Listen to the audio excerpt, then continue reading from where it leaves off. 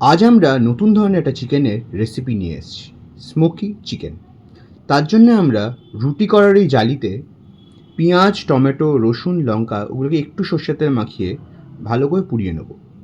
একটা পিঠ পোড়ানো হয়ে গেলে আমরা ওটাকে উল্টে দুদিকটাই ভালো করে পুড়িয়ে নেওয়া হবে।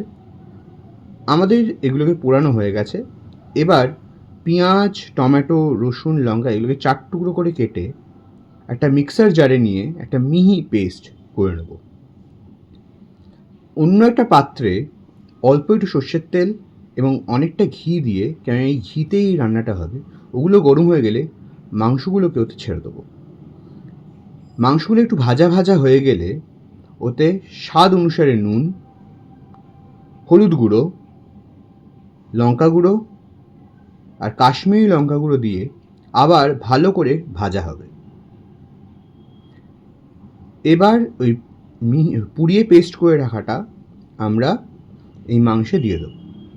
দিয়ে মাংসটা খুব ভালো করে কষানো হবে। অনেকক্ষণ কষানোর পর দেখবেন মাংস থেকে বেশ খানিকটা জল বেরিয়েছে। এই জলেই কিন্তু মাংসটা সেদ্ধ হবে। তাই এবার আঁচটা কমিয়ে দিয়ে আমরা মাংসটাকে ঢাকা দিয়ে দেবো। মাংস সেদ্ধ হয়ে গেলে ওতে আমরা অল্প একটু চিনি আর অল্প একটু ঘি ছড়িয়ে দিলেই আমাদের মাংসটা রেডি।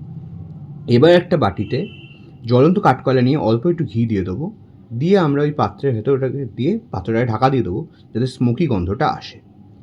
দেখুন কি সুন্দর স্মোকটা হয়েছে। মাংসটা আমাদের রেডি। এবার আমরা একটা বাটিতে মাংসটা নিয়ে ওপর থেকে একটু স্মোকি চিকেনের গ্রেভি আর ঘি দিয়ে এটাকে সার্ভ করব। সত্যি অপূর্ব খেতে হয়েছে। আপনারা এটাকে বাড়িতে অবশ্যই ট্রাই করবেন আর কমেন্টে জানাবেন যে কেমন লাগলো। আমার এই ভিডিওটা আপনাদের পছন্দ হলে লাইক, শেয়ার এবং কমেন্ট করবেন।